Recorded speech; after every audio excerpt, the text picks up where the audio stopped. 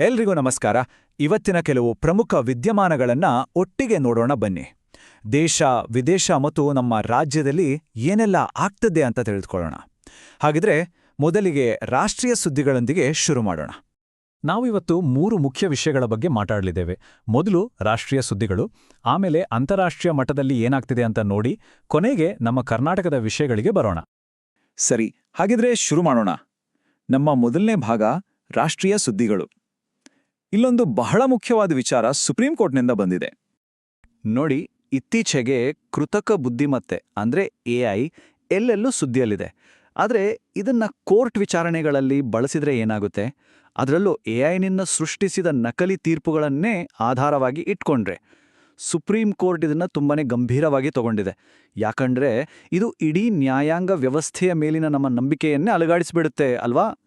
ಹಾಗಾಗಿ ಇಲ್ಲಿ ಅರ್ಥ ಮಾಡ್ಕೋಬೇಕಾದ ಮುಖ್ಯ ವಿಷಯ ಏನಪ್ಪಾ ಅಂದ್ರೆ, ಈ ರೀತಿ ಸುಳ್ಳು ದಾಖಲೆಗಳನ್ನ ಬಳಸೋದು ಕೇವಲ ಒಂದು ಚಿಕ್ಕ ತಪ್ಪಲ್ಲ, ಇದನ್ನ ದುರ್ನಡತೆ ಅಂತ ಪರಿಗಣಿಸಲಾಗ್ತಿದೆ.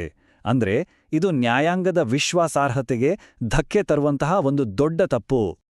ಈ ವಿಷಯ ಎಷ್ಟು ಗಂಭೀರವಾಗಿದೆ ಅಂದ್ರೆ ಸುಪ್ರೀಂ ಕೋರ್ಟ್ ತಕ್ಷಣ ಕ್ರಮಕ್ಕೆ ಮುಂದಾಗಿದೆ. ದೇಶದ ಅತಿ ದೊಡ್ಡ ಕಾನೂನು ಅಧಿಕಾರಿಗಳಾದ ಅಟಾರ್ನಿ ಜನರಲ್ ಮತ್ತು ಸಾಲಿಸಿಟರ್ ಜನರಲ್, ಅಷ್ಟೇ ಅಲ್ಲ, ಇಡೀ ವಕೀಲರ ಸಮುದಾಯವನ್ನ ಪ್ರತಿನಿಧಿಸುವ ಭಾರತೀಯ ವಕೀಲರ ಪರಿಷತ್ತಿಗೂ ನೋಟಿಸ್ ಕೊಟ್ಟಿದೆ.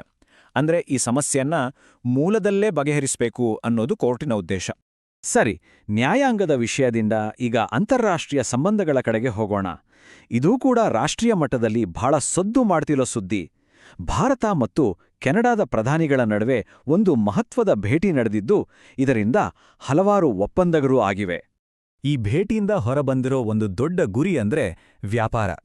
2030ರ ಹೊತ್ತಿಗೆ ಎರಡೂ ದೇಶಗಳ ನಡುವಿನ ವ್ಯಾಪಾರವನ್ನ ಬರೋಬ್ಬರಿ 4.58 ಲಕ್ಷ ಕೋಟಿ ರೂಪಾಯಿಗೆ ಏರಿಸಬೇಕು ಅಂತ ಗುರಿ ಇಟ್ಕೊಂಡಿದ್ದಾರೆ.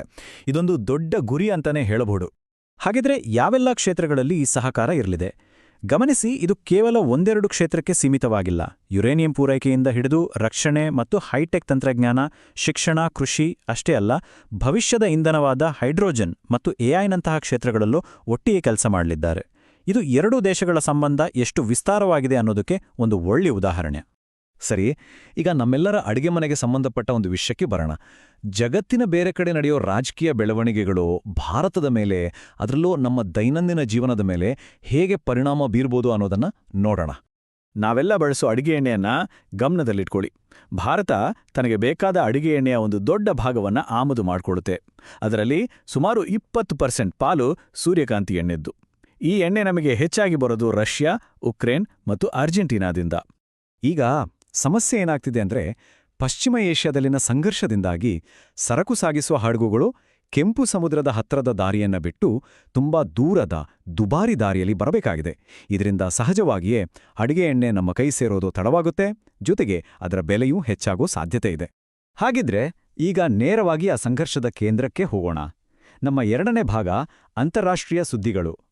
ಪಶ್ಚಿಮ ಏಷ್ಯಾದಲ್ಲಿ ಪರಿಸ್ಥಿತಿ ಯಾಕೆ ಇಷ್ಟು ಗಂಭೀರವಾಗಿದೆ, ಏನಾಗ್ತಿದೆ ಅಲ್ಲಿ ಅಂತ ಸ್ವಲ್ಪ ವಿವರವಾಗಿ ನೋಡೋಣ. ಈ ಸಂಘರ್ಷ ಒಂದೇ ದಿನದಲ್ಲಿ ಶುರುವಾಗಿದ್ದಲ್ಲ. ನೋಡಿ, ಇರಾನ್ ಒಂದೇ ಸರಿಗೆ 131 ನಗರಗಳ ಮೇಲೆ ದಾಳಿ ಮಾಡುತ್ತೆ. ಅದಕ್ಕೆ ಪ್ರತಿಯಾಗಿ ಇಸ್ರೇಲ್ ನಗರಗಳ ಮೇಲೆ IRGC ದಾಳಿ ಮಾಡುತ್ತೆ. ಆಮೇಲೆ ಇರಾನ್ ಕ್ಷಿಪಣಿಗಳಿಗೆ ಉತ್ತರವಾಗಿ ಇಸ್ರೇಲ್ ಮತ್ತು ಅಮೆರಿಕ ಸೇರಿ ಪ್ರತಿದಾಳಿ ನಡೆಸ್ತವೆ. ಇದರ ಮಧ್ಯೆ ಲೆಬನಾನ್ ಮೇಲೂ ಇಸ್ರೇಲ್ ವೈಮಾನಿಕ ದಾಳಿ ಮಾಡುತ್ತೆ. ಹೀಗೆ ಒಂದರ ಮೇಲೊಂದು ದಾಳಿಗಳು ನಡೀತಾನೇ ಇವೆ. ಈ ಯುದ್ಧದ ಮಧ್ಯೆ ಇನ್ನೊಂದು ಆತಂಕಕಾರಿ ವರದಿ ಬಂತು. ಚೀನಾ ಇರಾನ್ಗೆ ಸೂಪರ್ಸಾನಿಕ್ ಕ್ಷಿಪಣಿಗಳನ್ನ ಮಾರಾಟ ಮಾಡ್ತಿದೆ ಅಂತ. ಒಂದು ವೇಳೆ ಇದು ನಿಜವೇ ಆಗಿದ್ರೆ ಈ ಪ್ರದೇಶದ ಶಕ್ತಿ ಸಮತೋಲನವೇ ಬದಲಾಗಿಬಿಡುತ್ತೆ. ಆದರೆ ಚೀನಾ ಸರ್ಕಾರ ಈ ವರದಿಗಳೆಲ್ಲ ಸುಳ್ಳು, ನಾವು ಯಾವುದೇ ಕ್ಷಿಪಣಿ ಮಾರಾಟ ಮಾಡಿಲ್ಲ ಅಂತ ಸ್ಪಷ್ಟವಾಗಿ ಹೇಳಿದೆ. ಇತ್ತ ಅಮೆರಿಕ ಕೂಡ ಸುಮ್ಮನೆ ಕೂತಿಲ್ಲ. ಪೆಂಟಗಾನ್ನಿಂದ ಒಂದು ಖಡಕ್ ಹೇಳಿಕೆ ಬಂದಿದೆ. ಇದು ಇರಾಕ್ ಅಲ್ಲ, ಇದಕ್ಕೆ ಒಂದು ಅಂತ್ಯವಿದೆ ಅಂತ.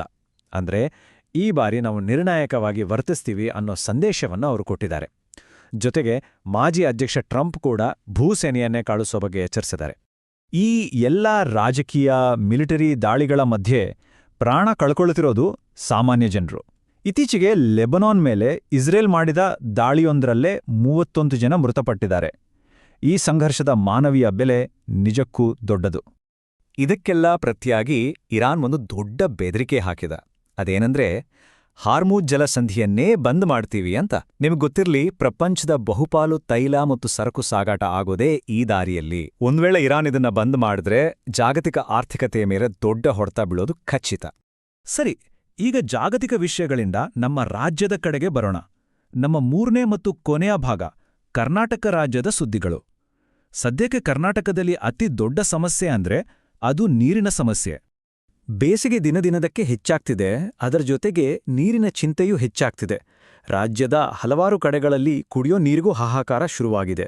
ಈ ಜಲದಾಹದ ಭೀತಿ ಈಗ ಬರೀ ಭೀತಿಯಾಗಿ ಉಳಿದಿಲ್ಲ, ಅದು ವಾಸ್ತವ. ಇಲ್ಲಿ ಒಂದು ವಿಚಿತ್ರವಾದ ಅಂಕಿಅಂಶ ಇದೆ ನೋಡಿ. ಸರ್ಕಾರದ ಲೆಕ್ಕದ ಪ್ರಕಾರ ಬರಪೀಡಿತ ಅಂತ ಘೋಷಣೆಯಾದ ಹಳ್ಳಿಗಳ ಸಂಖ್ಯೆ ವರ್ಷದಿಂದ ವರ್ಷಕ್ಕೆ ಕಡಿಮೆ ಆಗ್ತಾ ಬಂದಿದೆ. ಆದರೆ ನಾವು ವಾಸ್ತವದಲ್ಲಿ ನೋಡಿದ್ರೆ ನೀರಿನ ಸಮಸ್ಯೆ ಮಾತ್ರ ಹೆಚ್ಚಾಗ್ತಾನೇ ಇದೆ. ಇದು ಸರ್ಕಾರದ ಲೆಕ್ಕಪತ್ರಕ್ಕೂ ನೆಲಮಟ್ಟದ ನಿಜವಾದ ಪರಿಸ್ಥಿತಿಗೂ ಇರೋ ಅಂತರವನ್ನ ತೋರಿಸುತ್ತೆ. ಕೆಲವು ಜಿಲ್ಲೆಗಳಲ್ಲಿ ಪರಿಸ್ಥಿತಿ ತುಂಬಾನೇ ಗಂಭೀರವಾಗಿದೆ. ಮುಖ್ಯವಾಗಿ ತುಮಕೂರು, ರಾಮನಗರ, ಬಳ್ಳಾರಿ, ಬೆಂಗಳೂರು ನಗರ, ಚಿಕ್ಕಬಳ್ಳಾಪುರ ಮತ್ತು ಧಾರವಾಡ. ಅದರಲ್ಲೂ ತುಮಕೂರು ಜಿಲ್ಲೆಯಲ್ಲಂತೂ 34 ಗ್ರಾಮ ಪಂಚಾಯಿತಿಗಳಲ್ಲಿ ಈ ಸಮಸ್ಯೆ ತೀವ್ರವಾಗಿದೆ. ಹಾಗಿದ್ರೆ ಸರ್ಕಾರ ಏನ್ಮಾಡ್ತಿದೆ?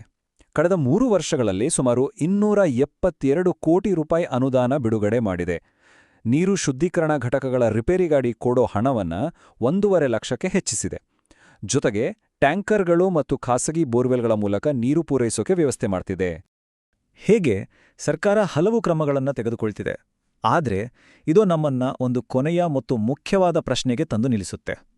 ಬರ್ಲಿರೋ ಈ ಕಠಿಣ ಬೇಸಿಗೆಯನ್ನ ಎದುರಿಸೋಕೆ, ಕರ್ನಾಟಕದ ಜನರ ದಾಹವನ್ನ ತಣಿಸೋಕೆ ಸರ್ಕಾರ ತೆಗೆದುಕೊಂಡಿರೋ ಈ ತುರ್ತು ಕ್ರಮಗಳು ನಿಜವಾಗ್ಲೂ ಸಾಕಾಗುತ್ತಾ? ಈ ಪ್ರಶ್ನೆಯೊಂದಿಗೆ ಇವತ್ತಿನ ಈ ವಿಶ್ಲೇಷಣೆಯನ್ನ ಮುಗಿಸೋಣ. ಎಲ್ಲರಿಗೂ ಧನ್ಯವಾದಗಳು.